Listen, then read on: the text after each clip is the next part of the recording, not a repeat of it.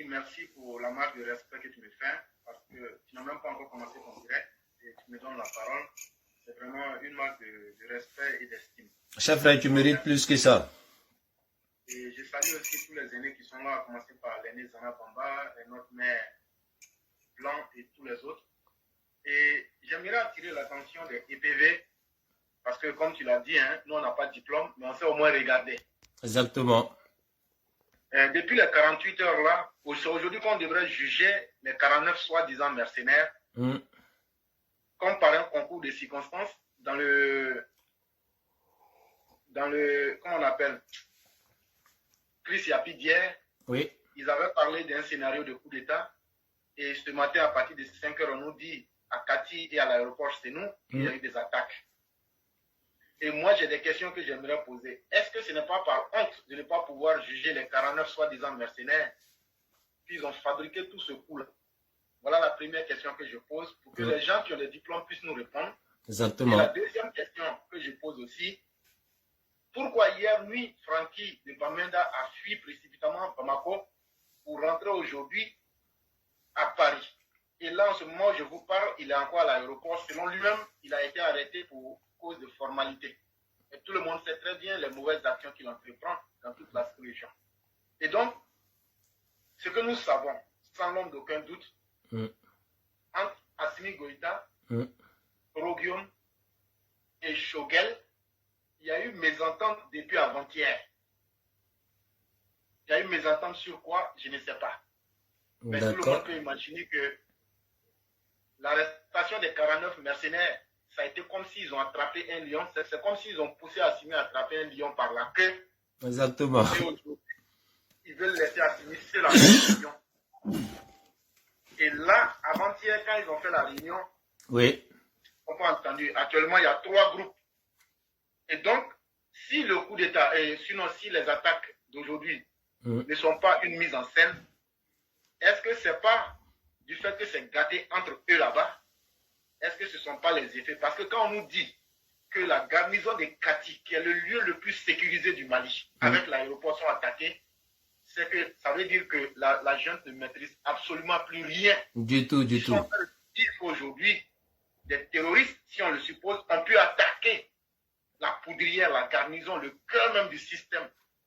Et le petit habitant qui est à Djikoroni, et le petit habitant qui est à Ségou, et le petit habitant qui est au nord, ça veut dire que ta sécurité n'est absolument pas garantie. Et c'est de cela que nous vous parlions. Et comme je l'ai dit hier, il y a eu 5 attaques terroristes.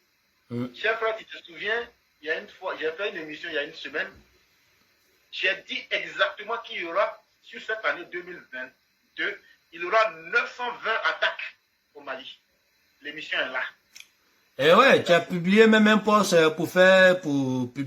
as publié un post pour faire une évaluation par rapport aux attaques et tu as posé la question quel allait être le nombre de morts sur cette période-là. Et donc, prenez les attaques d'hier, ça fait 5. Si vous faites une moyenne de 5 attaques par jour, parce que ce qu'on dit aujourd'hui, ce sont les attaques des points les plus stratégiques, mais ça ne veut pas dire qu'il n'y aura pas d'autres attaques avant la fin de la journée. Donc, si on a en moyenne 5 attaques par jour sur tout le territoire de 1 244 322 km², ça veut dire qu'actuellement, je vous parle en ce 22 là, il nous reste 163 jours pour finir l'année 2022. Ça veut dire que les Maliens là, ceux qui aiment Assimi là, attachez vos ceintures.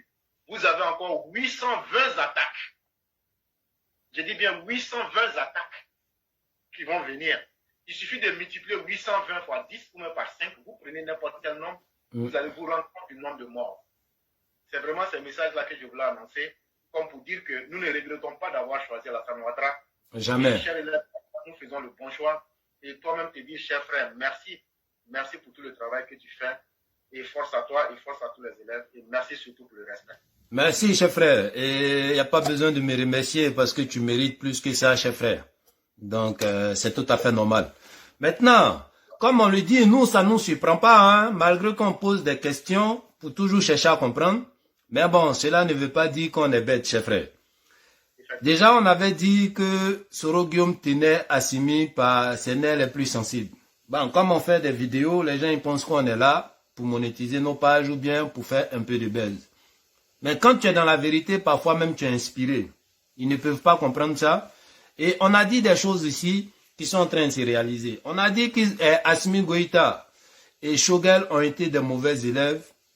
Donc le fait qu'ils n'ont pas respecté les lignes, les directives que Sorogyo même les avait données, il allait avoir des attaques. Les gens ils peuvent aller voir dans mes dernières vidéos. Je les ai prévenus sur ça. Et après ça, on voit les séries d'attaques. Maintenant, pour Franklin Nyamsi, il ne va pas nous dire que c'est des formalités, chers frères. Parce que déjà, Franklin Nyamsi a la nationalité française. Donc, il n'a pas besoin de visa pour entrer en France. Si on ne t'a pas arrêté à l'aéroport du Mali pour des formalités, c'est pas quand tu viens chez toi, là, on va te dire que non, il y a problème de formalité. Franklin Nyamsi ne nous a pas encore dit la vérité. Les renseignements que les Français ont reçus, sa collaboration, et puis ses déplacements là-bas, il oublie qu'il a été suivi, voilà, les gens, ils ont des informations sur lui. Sinon, on ne peut pas te demander de remplir des formalités quand tu te retournes chez toi. Non, c'est impossible.